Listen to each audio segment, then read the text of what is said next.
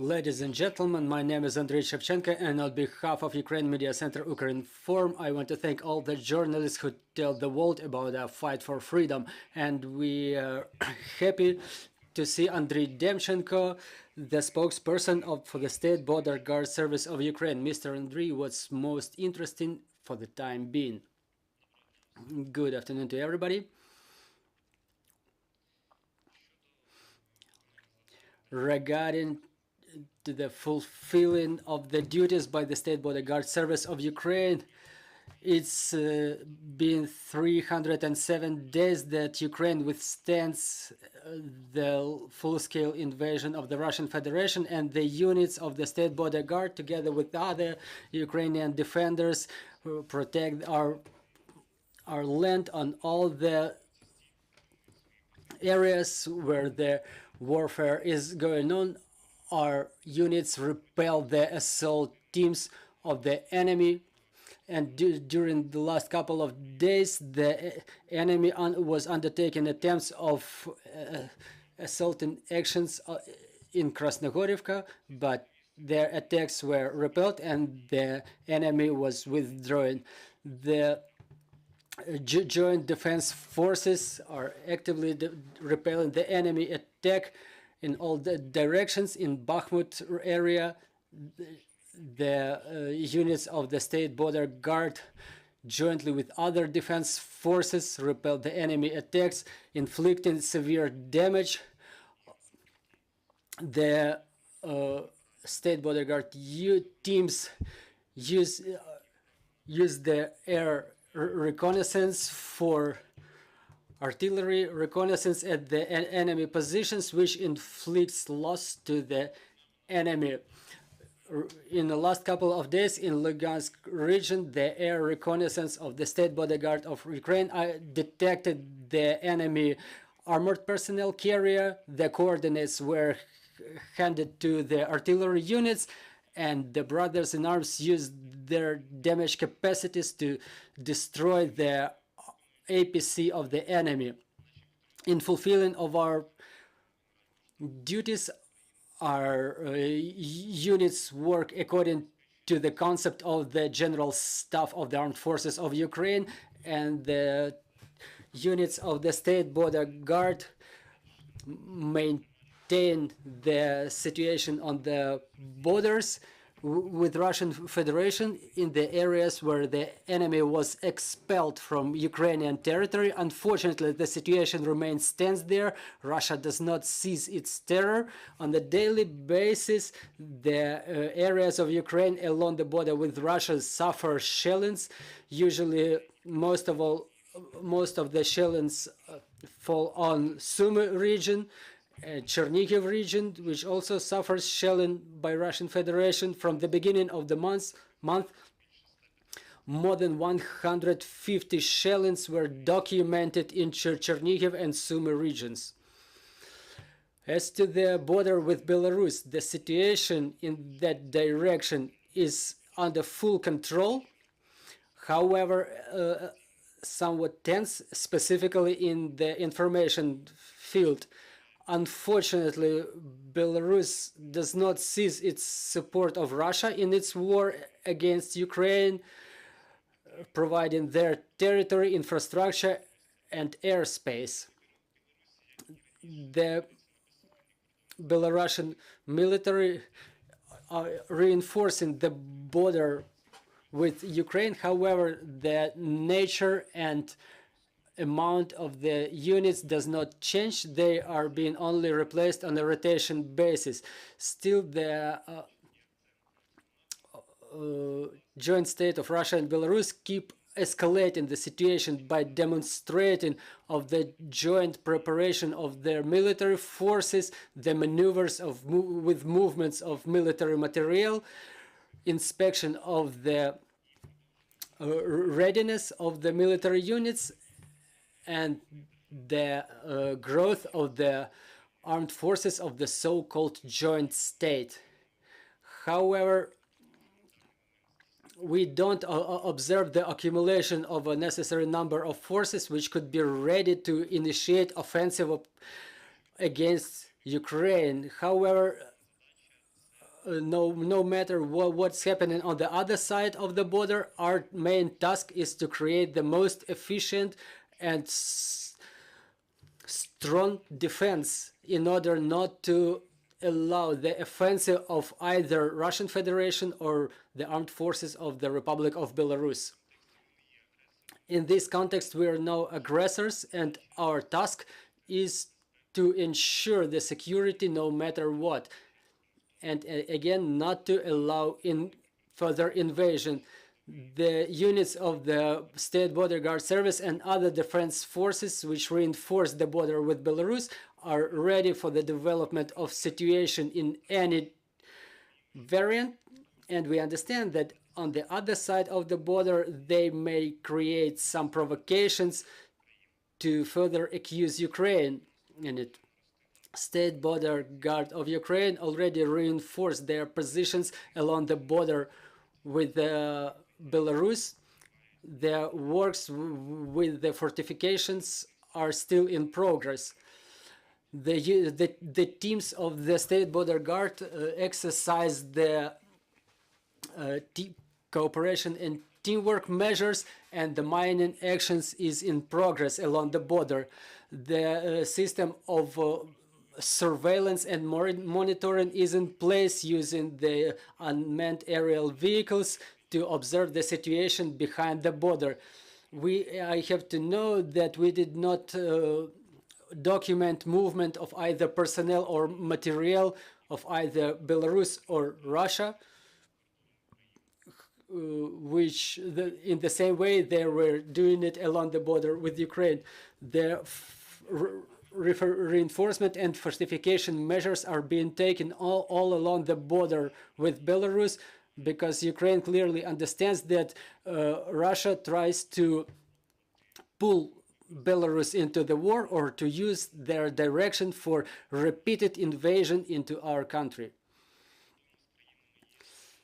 Regarding the borders with the EU countries and Moldova, the passenger flow was quite dynamic last days. Within the last week it was fluctuating, which is clearly related with the Christmas holidays. In the beginning of the week, during Monday, Tuesday, it was 85-90,000 persons in both directions. Those are the stable indicators.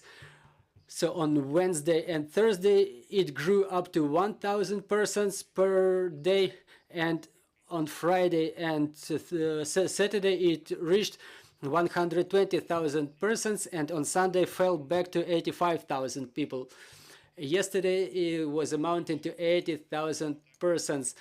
During the intensification of the passenger flow, we did not see the number of people prevailing for either entrance or exit. It was like 50-50. Well, so because during one day it may be 1,000 people more crossing the border in one direction, but on the other day it may change on the opposite. The difference was during the last days for exit per 10,000 persons. During the peak days, the lines on the border were growing, so for better processing of the passengers and transport, the number of inspection teams of the State Border Guard Service of Ukraine was augmented to expedite the processing of the passenger flow. And we intensify the cooperation with our partners for exchange of information to ensure the expedited passing of the citizens through the border. Currently, we don't observe long lines at the border. However, after lunch, we may start observing the growing number of those who wish to cross the border, and we can forecast the growth of passenger flow before the new year, and it's falling back down during New Year, and after that to the stable figures. We can also forecast that the passenger flow will intensify in December, because I'm reminding you that during the autumn month, we documented the decrease of the passenger flow 9%, like the 10% in September and 9% in October.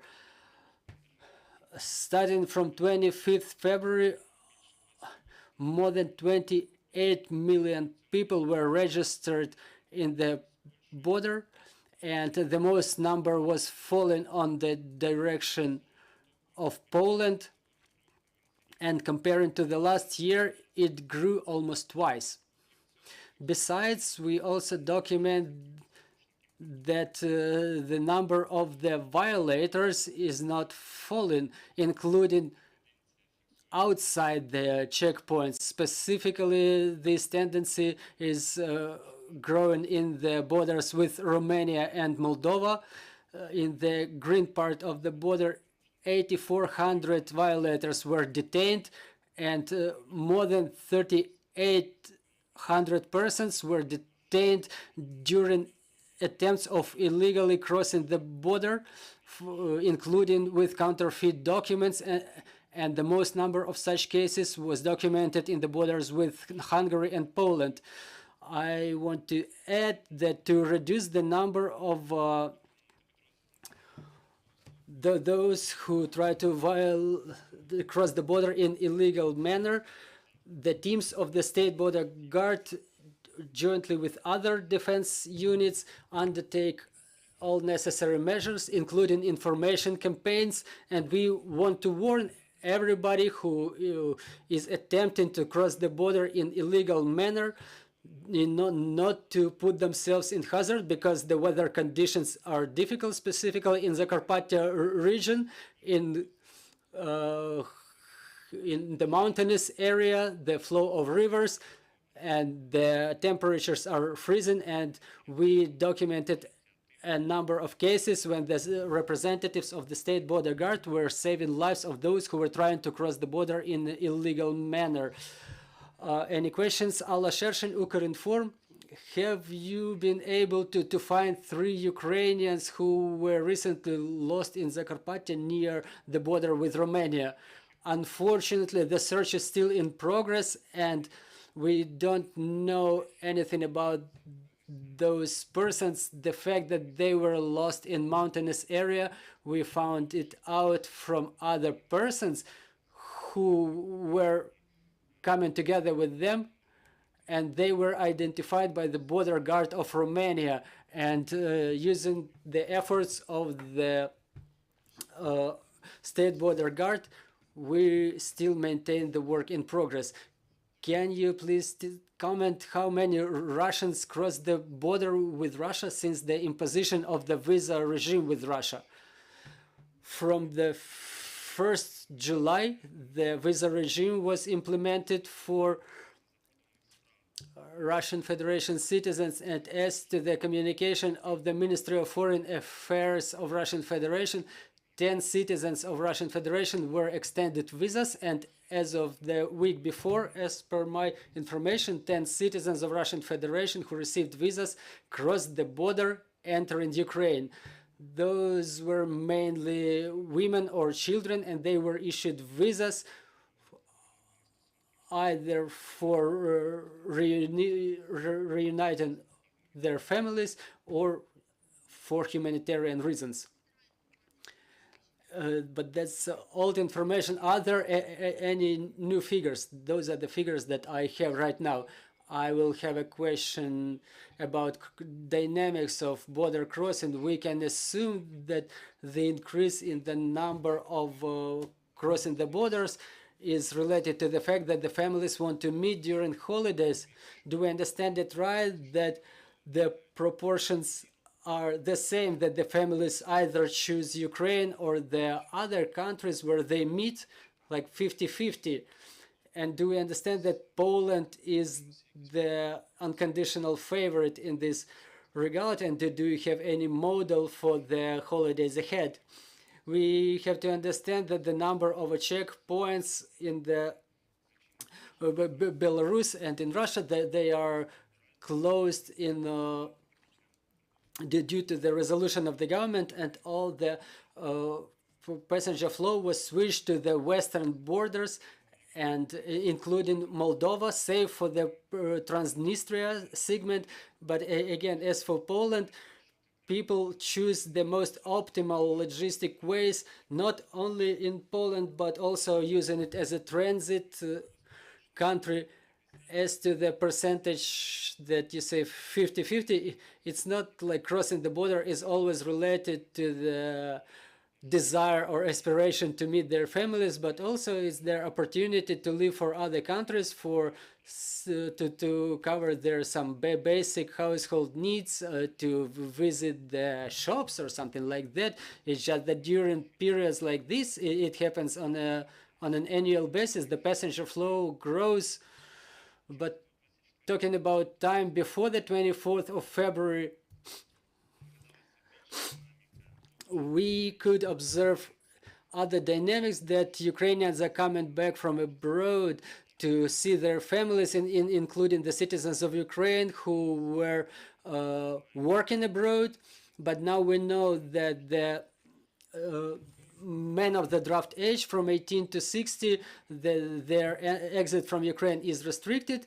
So all this time of the full-scale invasion, the majority of the Ukrainian men had not opportunity of leaving Ukraine. The crossing of border, and this for this category of people is regulated by the resolution of the government number 56, which regulates the regime for border crossing for the men aged 18 to 60.